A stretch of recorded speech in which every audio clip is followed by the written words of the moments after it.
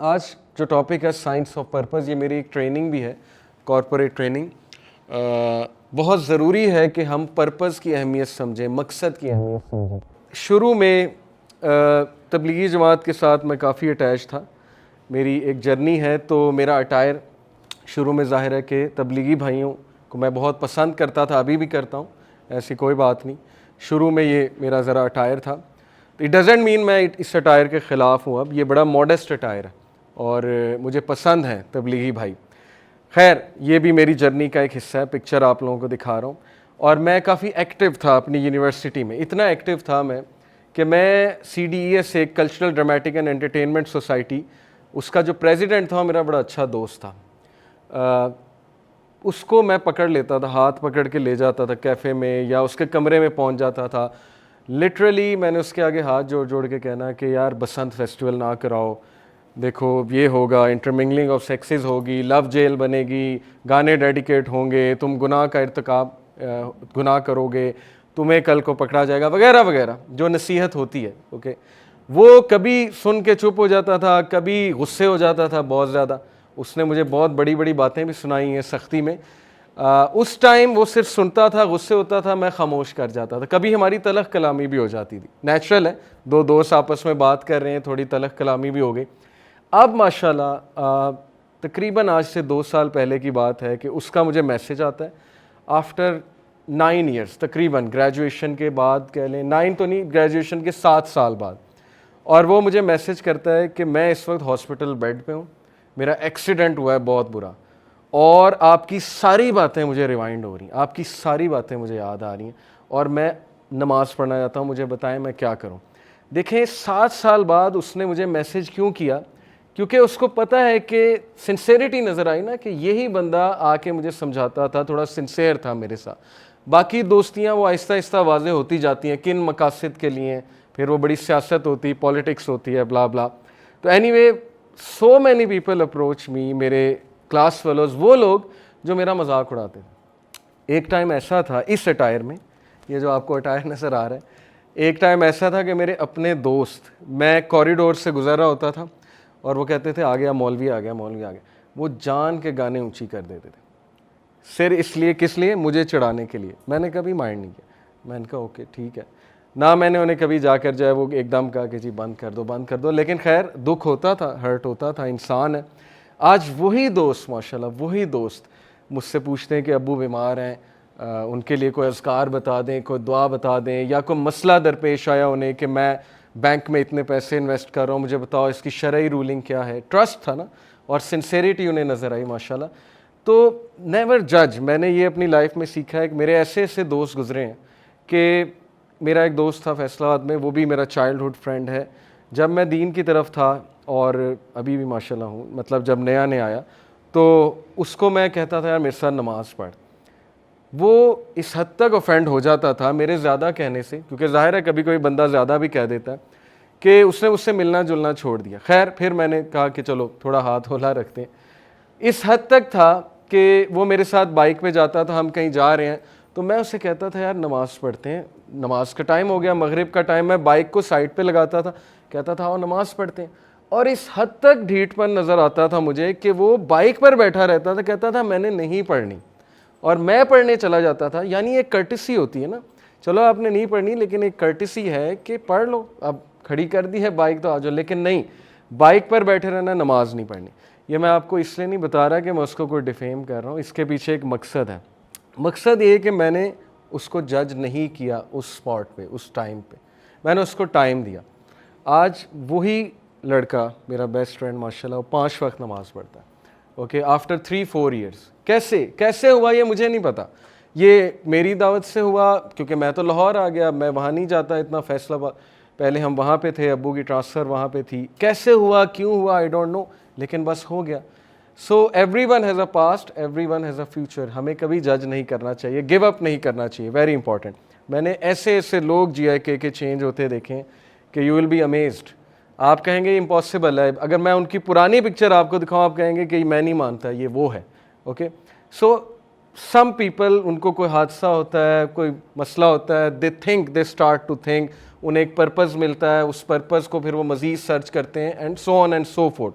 सो कभी मायूस किसी से ना हो, ठीक है, उसको बताते रहें, उसके सबकॉन्शियस में मैसेज देते रहें। एटलीस्ट अगर मैसेज नहीं देना तो अपने आप को एक्सपोज करें उसके सामने एज अ दीनदार पर्सन, जो कमिटमेंट्स निभाता है, जो सच बोलता है, जो अच्छा अखलाक दिखाता है, फिर ही वो आपसे इम्प्रेस होगा ना। अदरवाइज अखलाक नहीं है, उसने क्या इम्प्रेस होना आपसे, बल्कि वो तो कहेगा कि ये देखो दीन में आके तो ये मज़ीद गुस्से वाला हो गया और मज़ीद जो है इस तरह हो गया। ये एक बड़ी यादगार पिक्चर है। इसमें ये पहला हमारा पहली आउटिंग थी दीन के रास्ते में। हमने बड़ी आउटिंग्स की, गवादर तक भी हमने प्लान किया, हम नॉर्दर्न एरियाज़ भी फिरे, दोस्त जाते थे जैसे जाते थे गाड़ियों पे। ये पहली एवर आउटिंग थी 2010 में, जब हमने एक इस्लामिक कॉन्फ्रेंस अटेंड करने का फ़ैसला किया और हम सारे इकट्ठे हुए। ये मेरे जीकी के कुछ जूनियर्स हैं, ज़्यादातर मौलवी हैं एज़ यू कैन सी। तो खैर जितनों को मैं ले जा सकता था मैं लेकर गया, मैंने उन्हें मोटिवेट किया, कुछ आए कुछ नहीं आए, अल्हम्दुलिल्लाह कोई बात नहीं। तो ये शिफा इंटर स्कॉलस्टिक टूर्नामेंट 2010 में डॉक्टर इसरार रहीमहुल्लाह वाज देयर एज वेल। हमें बड़ा शौक़ था उन्हें लाइव सुनने का। उसके बाद खैर उनकी चंद माह बाद डेथ हो गई। तो ये हम पहली बार आउटिंग पे गए, लेकिन दीन के रास्ते में। बहुत यादगार पिक्चर है ये। उसके बाद ये पिक्चर बड़ी आइकॉनिक है, दिसंबर 2010 की है। इसमें मैं, ये मेरे एक दोस्त हैं कासिम, हसन अदनान, नौशरवान, हम एक स्कॉलर की तलाश में गए, जस्तजू में गए कि यार अब कोई टीचर होना चाहिए हमारा। तो इंटरनेट पे उनसे रब्ता था, लेकिन हमने कहा नहीं लाइव मिलना है। मुसन्ना आप पहचान सकते हैं, 99J, राइट। ये मुगीरा लुकमान जो हमारे रीजनल डायरेक्टर हैं, उनके मामू का घर है, अनस, डॉक्टर अनस नज़र, और उनसे मेरा पहला एक्सपोजर 20 दिसंबर 2010 को हुआ।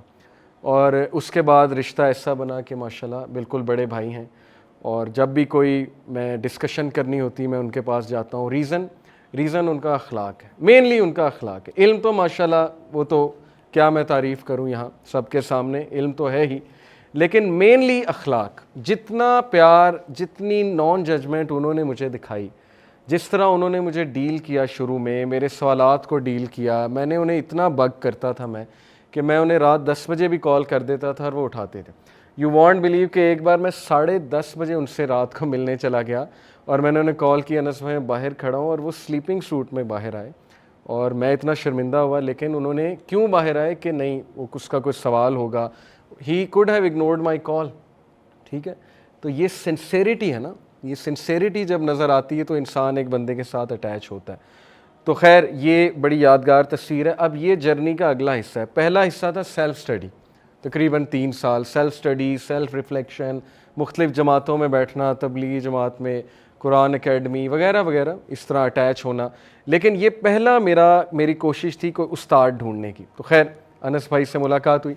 ये फिर जर्नी का एक और एस्पेक्ट है। एक है कि इल्मी साइड वो स्कॉलर से आपको मिलेगी, एक है कि 2012 में हमने विंड्स ऑफ चेंज कराई और हमजा जॉर्ट्सिस बहुत फेमस दाई हैं आयरा के, और ये टैकल करते हैं एथिज़म के इशू को, लिबरलिज़म के कुछ इश्यूज़ जो क्रिएट हुए, उस फ़िलासफ़ी को ज़रा डील करते हैं, काउंटर करते हैं वगैरह वगैरह। तो इनसे मुलाकात बड़ी ज़बरदस्त थी। मैं इनको अपनी गाड़ी में ले लेके फिरा, इनका ड्राइवर बन के, इनको स्टेज पे होते थे, कॉफ़ी देता था कि कॉफ़ी पिलाता था वगैरह वगैरह। बहुत एक यादगार ये तस्वीर है।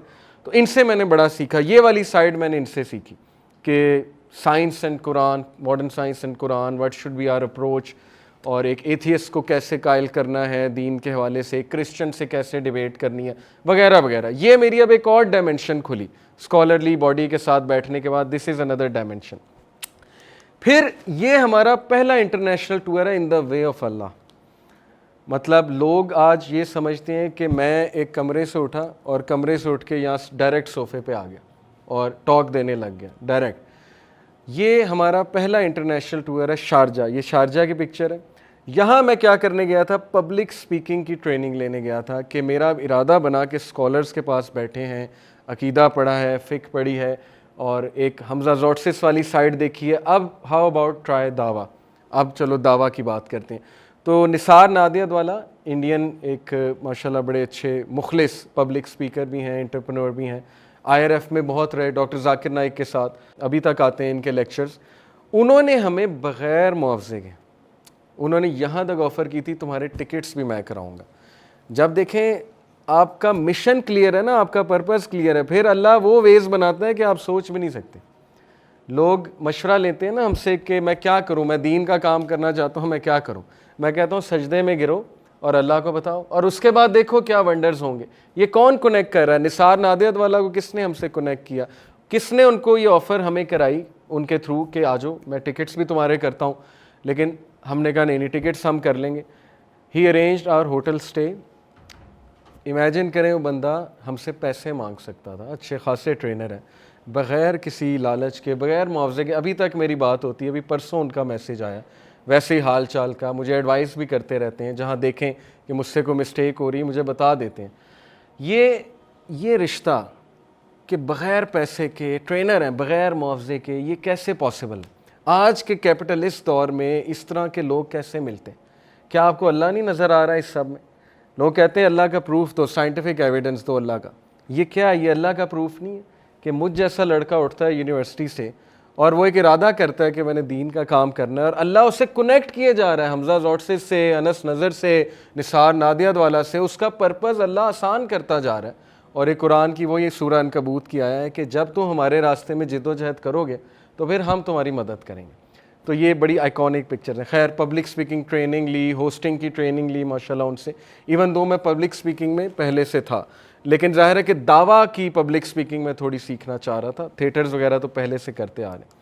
ये पिक्चर भी बड़ी ज़बरदस्त है। डॉक्टर बिलाल फ़िलिप्स के कदमों में बैठ के फैज़ हासिल किया। ये मैं नज़र नहीं आ रहा, लेकिन ये डॉक्टर बिलाल फ़िलिप्स जिससे बात कर रहे हैं वो मैं हूँ, और आपको मुगीरा शायद क्लियर नज़र आ रही हूँ।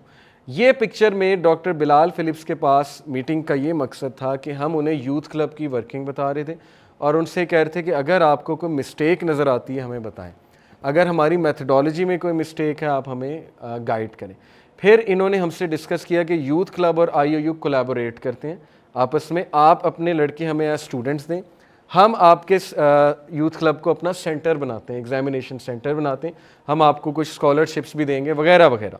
इनके साथ एक memorandum of understanding you can say MOU वाली बात हो रही है। लेकिन खैर इनका लेवल तो बहुत ज़्यादा। ये साथ शेख वली भी बैठे हैं, ये भी एक बड़े ज़बरदस्त स्कॉलर हैं। तो इनके साथ हमारी यूथ क्लब के हवाले से बात हो रही है। तो वन स्टेप अहेड माशाल्लाह, एक स्टेप और दावा में आगे गया कि IOU का इंट्रोडक्शन हमें हुआ और उन्हें यूथ क्लब का इंट्रो हुआ। अब हमारे बहुत से लोग इंक्लूडिंग माई सेल्फ IOU से, मैं खुद मास्टर्स कर रहा हूँ इस्लामिक साइंस में। Check it out, IOU is international open university. उनके डिप्लोमा सर्टिफिकेशंस कभी चेक कीजिएगा, ठीक है। उसके बाद ये एक और फेज़ है मेरी लाइफ का, जब मेरी जॉब हुई 2011 में। ये सारी पिक्चर्स पहले की हैं सिवाय इसके, ये वाली जो पिक्चर है और ये वाली, इनफैक्ट ये 2012, 2013 की, ये 2014 की है। ये जॉब मेरी इन बिटवीन लगी थी आफ्टर ग्रेजुएशन 2011 में। CB&I, one of the top companies, construction company, अब इसका नाम मैकडर्मेट है और ये टॉप 5 कंस्ट्रक्शन कंपनीज़ में आती है। तो अल्हम्दुलिल्लाह यहाँ मेरी जॉब हुई एज़ फील्ड इंजीनियर। ये फील्ड की जगह नहीं है, ये वहाँ रिहाइश है। फील्ड की पिक्चर्स अलाउड नहीं होती थी, ये रिहाइश की मैं वैसे ही आपको पिक्चर दिखा रहा हूँ। ये मेरे रूममेट, अभी तक मेरा इनसे ताल्लुक़ है, बातचीत होती है, बिलाल हफीज़, और माशाल्लाह ये UET के ग्रेजुएट थे। He was my roommate. ये हमारी रिहाइश है। तो बड़ी ज़बरदस्त जॉब थी।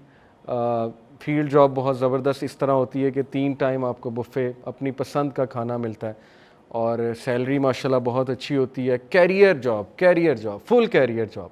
इनफैक्ट मेरे जो दोस्त अभी तक यहाँ हैं उनकी 10-10, 12-12 लाख सैलरीज़ हैं, कुछ की इससे ज़्यादा भी हैं, डिपेंड्स अपॉन कि वो किस पोजीशन पे हैं। ये पहली जब मुझे सैलरी मिली तो ज़ाहिर है कि वो एक होता है, एक खुशी होती है। मैं इशारा जीकी की तरफ कर रहा हूँ कि ये देखो, जीकी की वजह से मुझे सैलरी मिली, थैंक यू जीकी। मैंने अपने फिर वो व्हाट्सएप ग्रुप, व्हाट्सएप तो नहीं होता था खैर, जो भी उस टाइम पे हमारा मोड ऑफ कम्युनिकेशन था, ईमेल सिस्टम था, जो भी था, खैर मैंने अपने दोस्तों के साथ शेयर किया कि ये देखो मुझे पहली सैलरी मिली। बड़ा खुश हुए सारे। ME 15 का मतलब मैकेनिकल इंजीनियरिंग बैच 15 जीकी, तो इशारा जीकी की तरफ के थैंक यू जीकी। ये पहली सैलरी जब मुझे मिली। सैलरी मिलना बड़ा ज़बरदस्त, एक मर्द की लाइफ में जब उसे पहली सैलरी मिलती है उसके लिए बहुत प्राइड का मोमेंट होता है। तो माशाल्लाह अच्छी हैवी सैलरी थी। उसके बाद आई केम बैक। मैंने कहा कि मैं रिलेट नहीं कर पा रहा। बहुत से लोग को यकीन नहीं आता जब मैं वापस आया था ना, मुझे कई मेरे रिलेटिव्स ने कहा तुम्हें निकाला है, तुम खुद नहीं छोड़ के आए। उन्हें यकीन ही नहीं आ रहा था कि इस कंपनी से जॉब कौन छोड़ के आ सकता है। ये मैं अपनी को तारीफ़ नहीं कर रहा, ये अल्लाह ने करवाया। जब पर्पस क्लियर है ना, तो फिर कोई चीज़ नज़र नहीं आती कि वो इतने पैसे, मेरा कैरियर कहाँ जाएगा। ये सारी चीज़ें, मैं पर्पस पे लेक्चर है ना, पर्पस जिसका क्लियर है वो फिर नुकसान और ये नफ़ा, ये सारी चीज़ें फिर वो अल्लाह के कुरान के लेंस से देखता है। वो फिर दुनियावी लेंस नहीं है कि मैं भूखा मर जाऊंगा, ये हो जाएगा। और आज मुझे खुद यकीन नहीं आता कि इतना बड़ा डिसीजन मैंने कैसे ले लिया।